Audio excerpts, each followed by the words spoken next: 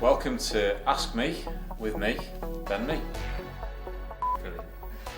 I love them puns on my name. They just, crack me up all the time. Okay, Alex Maxwell has asked, how different is the club now compared to when you joined almost 10 years ago? I think it's changed an awful lot. I think it's still the same club, community club, from when I joined, but the facilities, the way the club's grown has changed enormously for the better, for sure, and the success that's happened on the pitch has helped it grow and become the established Premier League club it is now, and the facilities here and the training ground go to show that. Tom Crisp has asked, what has been your proudest moment playing for Burnley? I think it's probably becoming the captain of the club. Something that I've worked towards all my career, and to be the captain of a Premier League side is really proud achievement for myself, and a club like this as well, established Premier League team. To be captain of this club is a really good achievement, and I'm really proud of it. Matt Lowcock, what was better, winning the league 23 undefeated, beating Blackburn, or playing in Europe? Obviously beating Blackburn is always nice. Playing in Europe as well was a great achievement for the club and for the fans to enjoy it. But I think the 23 undefeated for me was one of my favourite seasons. The way we come back from relegation to go and win the league, and to go 23 undefeated towards winning the league. Yeah, it was a really good season, and the group of players that we had, and the energy that was around that sort of final 5-6 months of the season was fantastic, and ultimate to win the league and get promoted back to the Premier League. You don't get much better than that. Chris Horner asks, who is the best player I have played against? The best player I've played against there's been plenty of players that I could choose. I think some partnerships like David Silva and Sergio Aguero, playing against them too. Good players, De Bruyne at the minute. Harry Kane up against him individually is a top-class player, I think, all-round striker. But probably Aguero. He's difficult to mark, awkward, drifts in and out of the game, but you always have to be alert when you're playing against him. Scores goals for fun, and then when you've got the team around him, feeding him and giving him the chances and stuff, you got to be on your game all the time. So I'd probably go for him. Darren Irvine asked, who is your favourite centre-half partner that you have played with during your time at Burnley?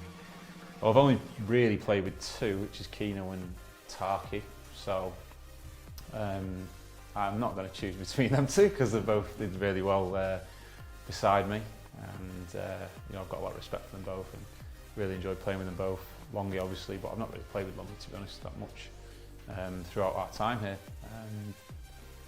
That's pretty much the two that have been my partner for the majority of the time that I've been here. So, both top-class players, internationals, and a lot of time for them both. We've got one here from Alan. It's at AR4574. Sounds like a bot, but yeah. We know you and Tarkowski make a great partnership, but if you could play alongside any other centre-back in Europe, who would you choose and why? Well, I'll be honest with you, I'm not that up to date with European football. I do know there is one player I really respect, and I think I could learn a lot from, who's still playing at the minute, Sergio Ramos from Real Madrid. He's been around, his consistency, top of his game for such a long time. Fantastic player, won pretty much everything. Unbelievable player, and he's someone I think you could learn so much from, I think. So playing alongside him would probably be my choice at this moment in time. Jenna Claret 86. On a scale of 1 to 10, how much did the legendary Faceblock hurt B Reading in 2012? It probably looked worse than what it was. I think Duffo came and hit me on the back of the head straight away after it, which probably hurt more than the ball hitting me in the face.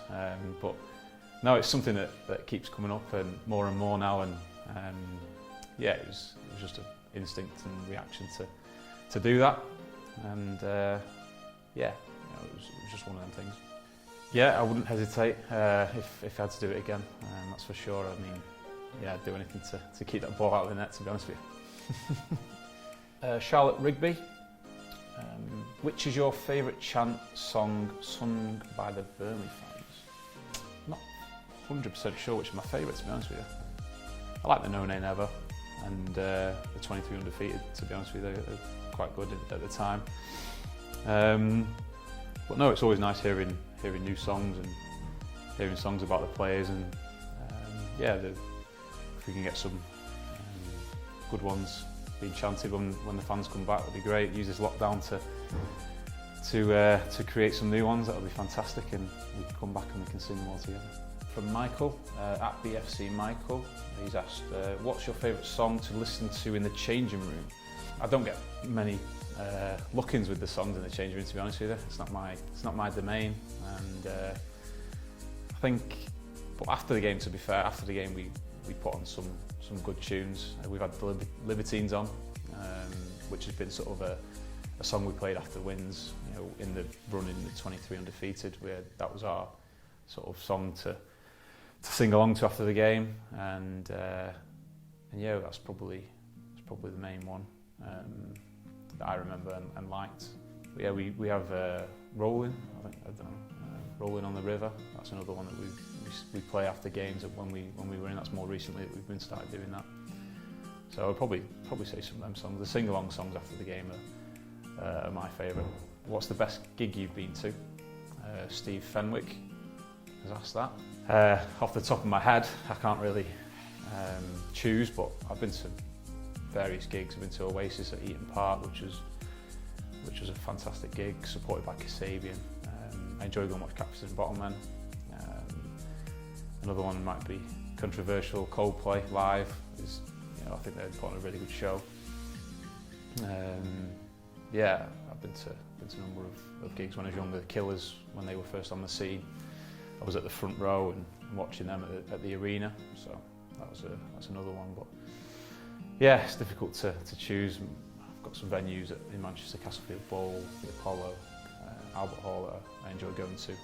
Probably the smaller venues more than the bigger ones, but yeah, it's probably some of my favourite ones I've been to. My first gig was one of my friends invited me to watch Craig David when I was about 10 years old, so that was my first one I went to. It was alright, to be fair.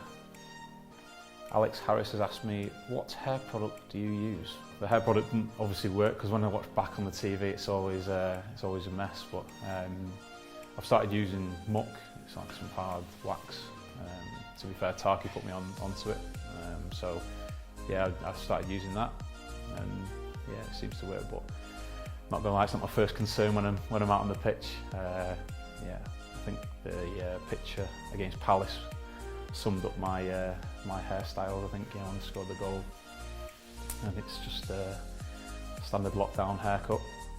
Well, not a haircut. I mean, it's out of control, but yeah. So that's that. Okay, and the final one is from Neil Layfield. And what are your plans for after football and any interest in managing? I keep getting asked this question. You know, you're getting on a bit when this question keeps popping up. My plans after football, I'm not decided yet. Management potentially, coaching potentially, and yeah, I just want to have options.